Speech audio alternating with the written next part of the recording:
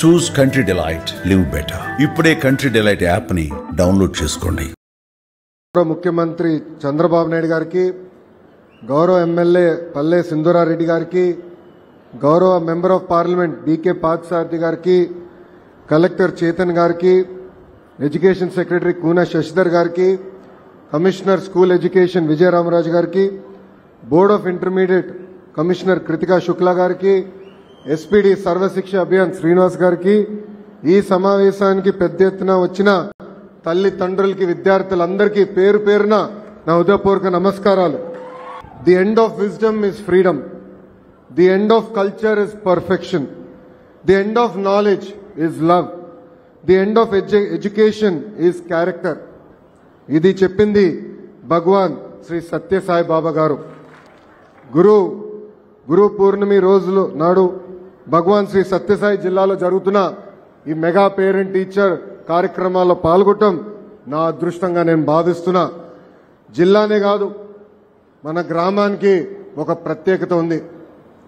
ఆనాడు విశ్వవిఖ్యాత నట సార్వభౌమ స్వర్గీయ శ్రీ నందమూరి తారక రామారావు గారిని బర్తరఫ్ చేస్తే ప్రజలు స్వచ్ఛందంగా స్పందించి అది రాజ్యాంగం విరుద్ధం అని చెప్పి పోరాడి ఇద్దరు వాళ్ళ జీవితం కోల్పోయారు. మన గ్రామం, అది మన గ్రామ విశేషత.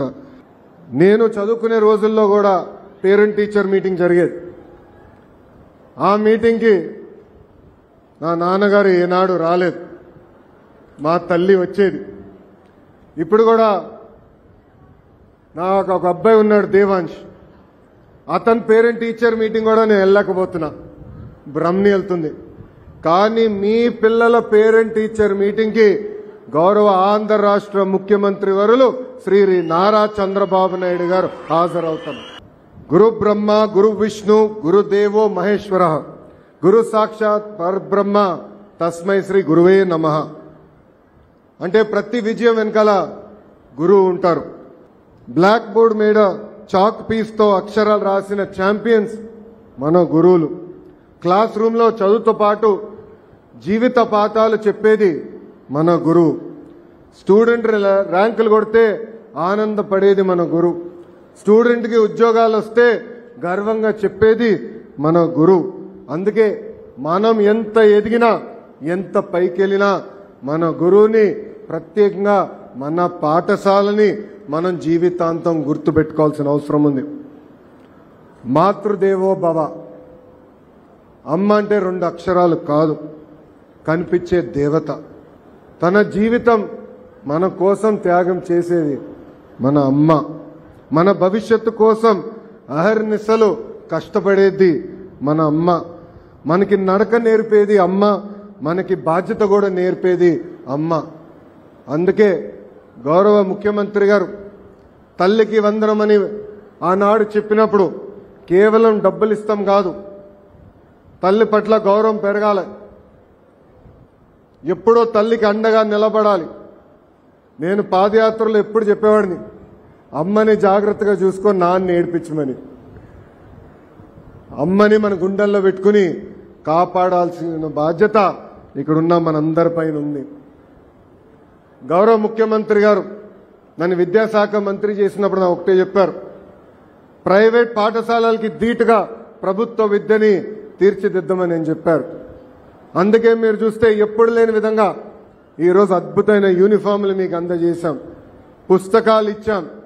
ప్రైవేట్ సంస్థకి ధీటుగా ఈరోజు మీకు బ్యాగులు కూడా ప్రభుత్వం అందజేసింది, షూలు కానీ ఇవన్నీ కూడా ప్రభుత్వం అందజేసింది.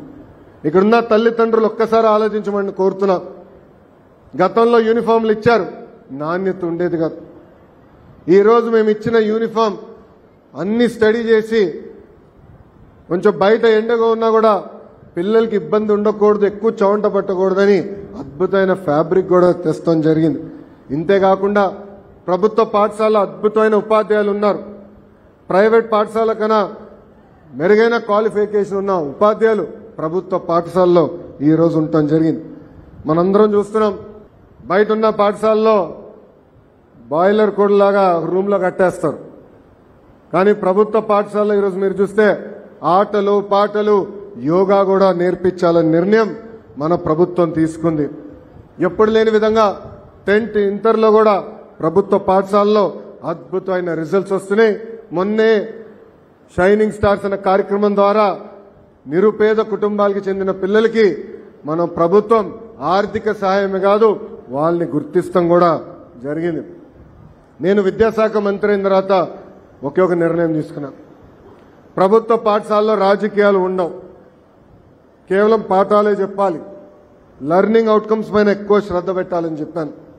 అందుకే మీరు చూస్తే మేము ఇచ్చిన పుస్తకాల్లో కానివ్వండి, బెల్ట్లో కానివ్వండి, బ్యాగ్ పైన కానివ్వండి గౌరవ ముఖ్యమంత్రి గారి ఫోటో లేదు.